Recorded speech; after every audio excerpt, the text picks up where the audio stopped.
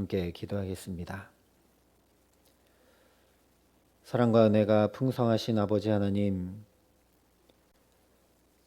우리가 걷는 이 세상길은 고달프고 힘겨운 길이나 그럼에도 불구하고 주님의 날개 아래 거할 수 있는 은총을 주시기에 오늘도 그 주님 앞에 나아갑니다.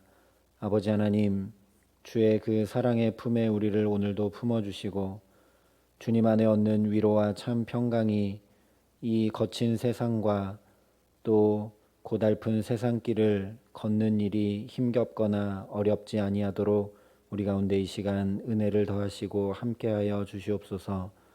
주의 은혜와 주의 생명의 말씀이 성령의 임재가 우리를 붙들어 오늘을 살게 하시고 인도하시는 은혜를 더욱 깊이 누릴 수 있도록 이 시간 우리 가운데 함께 하시며 은혜 더하여 주시옵소서. 감사를 드리며 우리 구주 예수 그리스도의 이름으로 기도합니다. 아멘. 오늘 우리에게 주시는 하나님 말씀은 창세기 50장 22절부터 26절까지 말씀입니다. 창세기 50장 22절부터 26절까지 말씀입니다.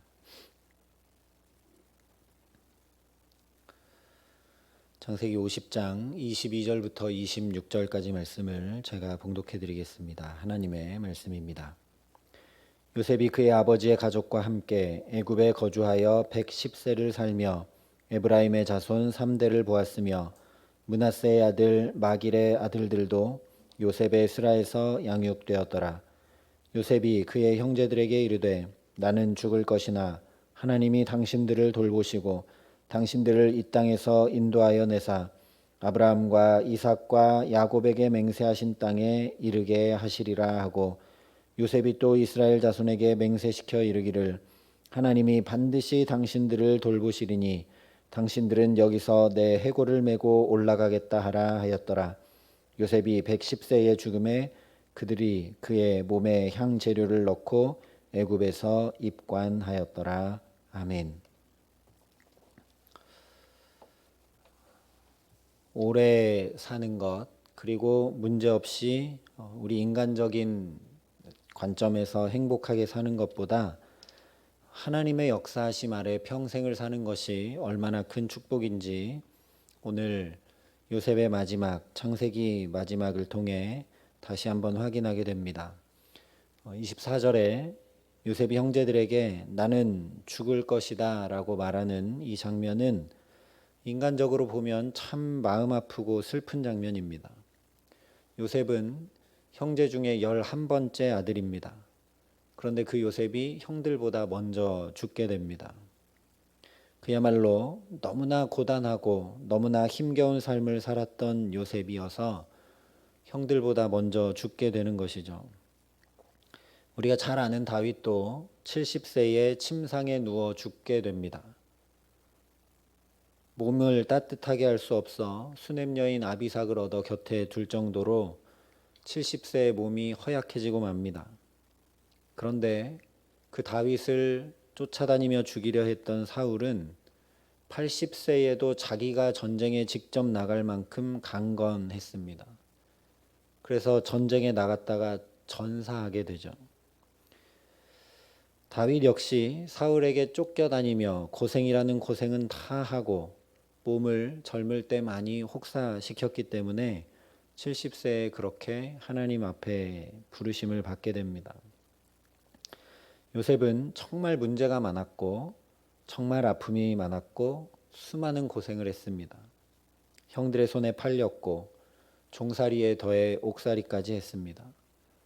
마음의 상처도 이루 말할 수 없고 몸에 짊어진 힘겨움과 어려움도 이루 말할 수 없는 삶을 살았습니다. 그래서 오늘 형들보다 먼저 죽게 될 정도로 정말 고생하는 삶을 살았습니다. 애굽 총리가 화려해 보이지만 총리가 감당해야 되는 직임과 7년 기근을 버텨내야 하는 그 업무는 또 이루 말할 수 없는 것입니다. 그러나 오늘 말씀은 요셉이 정말 복되고 형통한 사람인 것을 강조하며 보여주고 있습니다. 하나님 안에 복되다라는 것은 우리가 생각하는 것처럼 인간적으로 잘 된다는 의미를 훨씬 뛰어넘어 버리는 것이라는 말씀입니다. 우리가 잘 아는 대로 요셉의 삶에 반복되는 표현 중에 하나는 형통입니다. 하나님이 그와 함께 하심으로 그가 형통하였더라. 그런데 더 구체적인 이유는 하나도 얘기해 주지를 않아서 우리가 잘 알기 어려운데 시편 128편에 이렇게 말씀을 합니다. 여호와를 경외하며 그의 길을 걷는 자마다 복이 있도다. 내가 내 손이 수고한 대로 먹을 것이라. 내가 복되고 형통하리로다. 이 시편 128편 말씀에 비추어 볼 때 요셉은 분명 하나님을 경외하고 그의 길을 걷는 복 있는 사람이었다라는 것을 알게 됩니다. 이 시편의 말씀 그대로 그렇게 하나님이 그와 함께 하셨기 때문에 형통했지만 반대로 얘기하면 자기와 함께하는 하나님을 경외하고 그 하나님을 붙들고 그 말씀을 따라 그의 길을 걸었기 때문에 요셉이 복되고 형통했다라는 겁니다. 오늘 요셉의 삶을 마지막으로 정리하며 기록하면서 22절에 이렇게 말씀합니다. 요셉이 그의 아버지의 가족과 함께 애굽에 거주하며 110세를 살며. 나이를 좀 계산해 보면 요셉이 39세 때 야곱과 다시 만나게 되고 그때 야곱의 나이는 130세였습니다. 그런데 애굽에서 야곱이 17년을 더 살고 147세에 죽게 됩니다. 그러니 야곱의 장례를 치를 때 요셉의 나이는 56세가 됩니다. 그리고 오늘 110세의 요셉이 죽게 되니까 요셉은 야곱 사후에 54년을 더 애굽에 살게 됩니다. 그 54년의 삶을 한마디로 정리해서 23절에 이렇게 말씀합니다. 에브라임의 자손 3대를 보았으며 므낫세의 아들 마길의 아들들도 요셉의 스라에서 양육되었더라. 에브라임과 므낫세의 아들의 아들까지 요셉이 보았다라는 것이죠. 이 54년 만에 증손자까지 보며 살았다라고 기록을 합니다. 그런데 이 말씀 역시 시편 128편 마지막 절 말씀에 기록된 복과 같은 복인 것을 우리가 알게 됩니다. 내 자식의 자식을 볼지어다 이스라엘에게 평강이 있을지로다. 요셉은 이 말씀 그대로 자식의 자식을 보며 평강의 복을 노년에 누렸던 것입니다. 이걸 거꾸로 말하면 요셉이 노년에도 끝까지 여호와를 경외하며 그의 길을 걸었다라는 것을 성경이 보여주고 있는 것입니다. 요셉이 끝까지 그렇게 하나님을 경외하고 하나님의 말씀을 따라 그의 길을 걸었기 때문에 자식의 자식을 보고 형통한 평강의 복을 얻었다라는 것입니다. 이 당시 애굽에서는 나라의 존폐가 달린 7년 기근이라는 심각한 경제 문제를 잘 해결해 준 위대한 총리가 요셉입니다.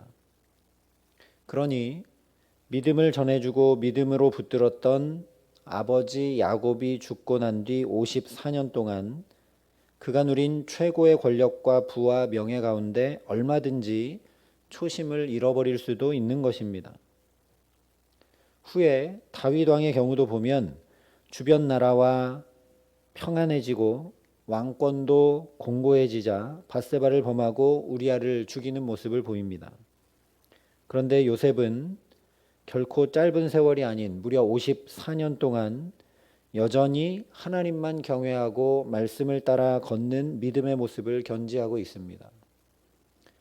요셉의 마음이 이만큼만 달라졌어도 애굽 땅에서 다른 악한 일을 행하지 않는다 하더라도 그의 마음이 하나님을 똑바로 바라보고 하나님이 말씀하시고 이루시고자 하시는 것이 무엇인지 정확히 분명히 붙들지 않았으면 그것 때문에 지금 여기 애굽 땅에 있는 자기의 형제들과 그의 후손들을 더 잘 돌보고 하기 위해서 자신의 권력을 얼마든지 사용했을 겁니다.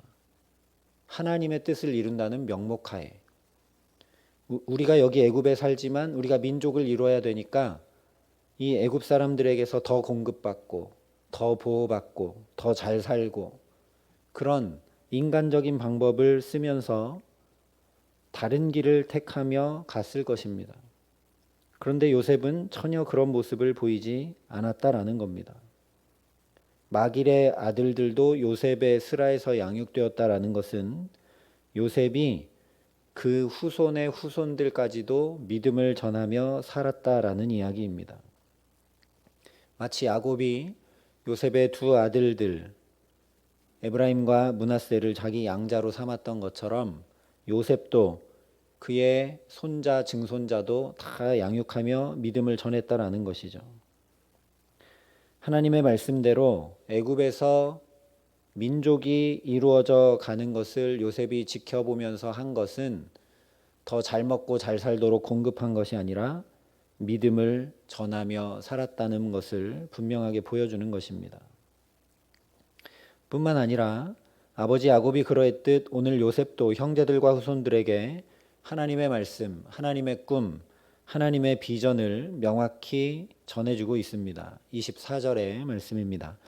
요셉이 그의 형제들에게 이르되 나는 죽을 것이나 하나님이 당신들을 돌보시고 당신들을 이 땅에서 인도하여 내사 아브라함과 이삭과 야곱에게 맹세하신 땅에 이르게 하시리라. 여기 이야기한 대로 반드시 약속의 땅에 이르게 하신다라는 겁니다. 여기 애굽 땅에 살아야 할 삶이 아니라는 것이죠. 아버지 야곱과 똑같이 요셉도 죽으면서까지 이 이야기를 전하고 있습니다.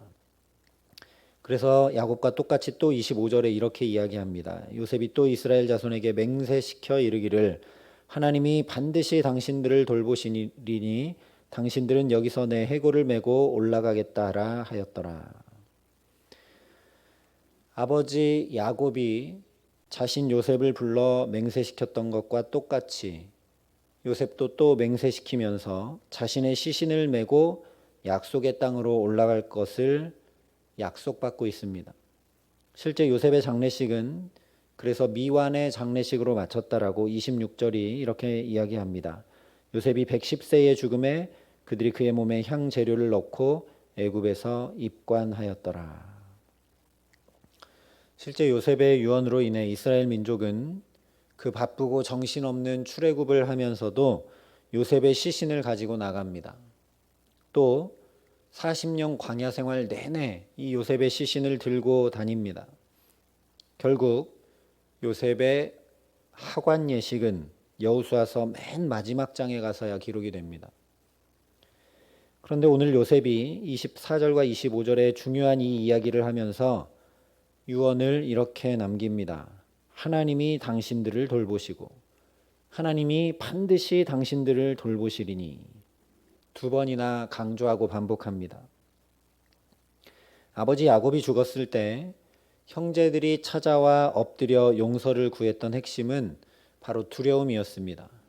이제 아버지 야곱, 보호막인 아버지 야곱이 죽었으니 이 요셉이 우리를 내치면 우리의 후손들과 우리들이 살아갈 수 없다는 두려움이 나머지 형제들에게 임했습니다.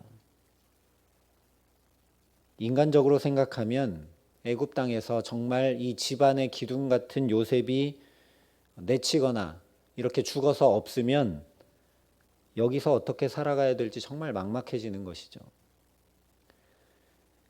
그것을 요셉이 명확히 알고 지금 또 얘기하는 겁니다. 내가 아니다. 하나님이 당신들을 돌보시는 것이다. 하나님이 당신들을 반드시 돌보시는 것이다. 그러니 두려움에 파묻히거나 애굽에 살아야 되는 현실에 매몰돼 버리지 말라라는 이야기입니다. 그러면 하나님의 약속을 잊게 되기 때문입니다. 요셉이나 사람을 의지하고 살 일이 아니라 반드시 돌보시고 반드시 약속의 땅에 이르게 하시는 그 하나님 바라보고 하나님 의지하고 살라는 유언을 남깁니다. 이제 요셉이 죽으니까 비록 애굽 총리의 가족으로는 살지 못해도 하나님이 반드시 당신들을 돌보실 것이지 염려 말라는 것입니다. 여기 애굽에 우리를 보낸 이유는 여기서 민족을 이루기 위해서 하나님의 뜻과 계획이 있으셔서 보내신 것이니 하나님이 하나님의 말씀을 그대로 이루어 가실 것이라는 믿음을 고백하고 있는 것입니다. 이어지는 출애굽기를 보면 정말 하나님께서 돌보셨다라는 것을 분명히 확인하게 됩니다. 또한 약속의 땅에 이르게 하시는 것도 분명히 확인하게 됩니다. 바로 이것입니다. 우리가 창세기를 마치면서 반드시 기억해야 될 것은 하나님이 반드시 돌보신다라는 것입니다. 이것이 모든 믿음의 족장들이 보여준 삶이고 창세기 전체가 강조하고 있는 주제 중 하나입니다. 창세기 처음부터 혼돈하고 공허하고 흑암이 깊음 위에 있는 모든 천지 만물을 하나님이 그대로 두지 않으시고 돌보셨습니다. 빛이 있으라 말씀하시기 시작해서 계속 말씀하시면서 그 말씀이 그대로 이루어지게 하시면서 혼돈과 공허와 흑암을 물리치시고 보시기에 심히 좋은 창조의 역사를 일으켜 주셔서 돌보아 주신 분이 바로 우리 아버지 하나님이십니다. 또한 아담과 하와가 범죄했음에도 친히 가죽옷을 지어 입히시며 돌봐주신 분이 우리 아버지 하나님이십니다. 족장들의 삶은 말할 것도 없죠. 아브라함의 걸음을, 이삭의 걸음을, 야곱의 걸음을, 요셉의 걸음을 친히 돌보아 주신 분이 바로 하나님이십니다. 이 하나님이 바로 저와 여러분의 아버지 하나님이심을 분명히 보라는 말씀이 바로 창세기의 말씀입니다.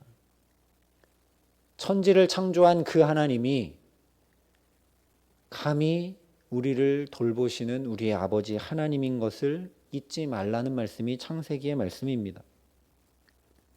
요셉처럼 비록 그 인생이 인간적으로 힘겹고 눈물 나는 삶을 살아가는 중이라 할지라도 요셉의 형제들처럼 믿을 만한 사람이 이제 없어지는 현실을 살아간다 할지라도 하나님이 돌보고 계심으로 인해 위로와 힘을 얻는 저와 여러분 되게 하시기를 간절히 기도합니다.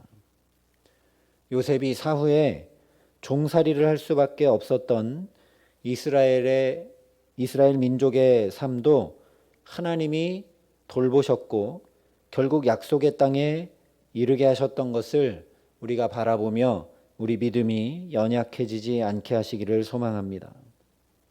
그래서 오늘 이 하루도 오직 하나님의 돌보심 아래 우리와 우리 가정과 우리 자녀들과 우리 일터와 우리의 모든 삶의 걸음을 살아가게 하시기에 오늘 요셉이 이야기하고 있는 것과 똑같이 결국 하나님께서 이르게 하시는 온전한 믿음과 온전한 축복의 자리로 저와 여러분이 오늘도 한 걸음 한 걸음 더 나아가게 하시는 귀한 은총 주시기를 우리 구주 예수 그리스도의 이름으로 간절히 축원합니다. 함께 기도하시겠습니다.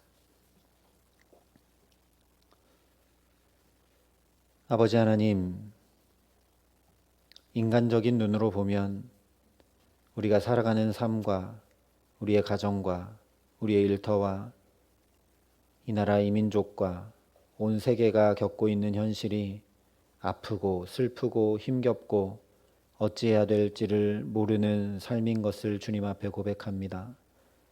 그러나 믿음의 눈을 들어 바라보면 요셉의 평생 그렇게 눈물 나고 힘겹고 마음의 상처와 육체의 짐이 무거웠지만 하나님이 반드시 돌보시고 함께 하셨던 것을 기억합니다. 모든 족장들의 삶이 그러했고 창세기 전체가 그러한 것을 오늘 또 말씀을 통해 확인하며 우리에게 용기와 위로와 힘을 더하여 주심을 감사합니다. 아버지 하나님, 오늘도 우리가 살아내야 되는 무겁고 힘겨운 현실의 삶을 인간의 눈으로 그대로 바라보며 살지 말게 하시고 그 가운데도 하나님이 돌보시고 그 가운데도 반드시 하나님이 인도하시는 귀한 믿음의 걸음을 오늘도 요셉처럼 주와 동행하고 하나님을 경외하며 그의 길을 따라 걷는 형통의 복을 누릴 수 있도록 우리 가운데 함께 하시고 역사하여 주시옵소서. 그래서 이 시간 주님 앞에 가장 먼저 엎드려 기도함으로 나아갑니다. 이 기도의 시간 우리에게 성령으로 충만케 하여 주시고 우리 안에 주님의 말씀이 더 환하고 밝혀지게 하여 주셔서 그 말씀을 오늘도 이루시는 내 아버지 하나님, 감히 천지의 창조주이신 그 하나님께서 우리를 돌보아 주시는 것을 다시 확인하고 믿음으로 그 하나님 의지하며 살아갈 수 있도록 주님 우리에게 이 기도의 시간 역사하시고 믿음을 더하시고 함께하여 주시옵소서. 그래서 오늘을 사는 우리의 걸음이, 우리의 가정과 일터와 자녀들이 살아가는 걸음만큼 더욱 하나님을 경험하고 더욱 하나님의 돌보심 아래 있으며 더욱 믿음을 견고히 하는 복된 이 하루의 걸음이 될 수 있도록 우리 모두를 지키시고 돌보시고 인도하시고 함께하여 주시옵소서. 이제는 친히 우리를 구원하여 주신 우리 구주 예수 그리스도의 은혜와 그 독생자 예수를 아낌없이 내어주신 아버지 하나님의 놀라우신 사랑하심과 오늘도 하나님의 돌보심을 깨달아 알고 경험하고 누릴 수 있도록 우리를 도우시고 붙드시는 성령 하나님의 교통하시고 역사하심이 여기 머리 숙여 하나님을 경외하고 그의 길을 따라 걷는 삶을 오늘도 살기로 결단하는 여기 모인 모든 주의 성도들과 사랑의 빛교회 모든 교우들과 이 나라 이 민족과 이 귀한 복음을 오늘도 세계 만방에 전하시는 선교사님들 가운데 이제로부터 영원토록 함께 하시기를 간절히 축원하옵나이다. 아멘.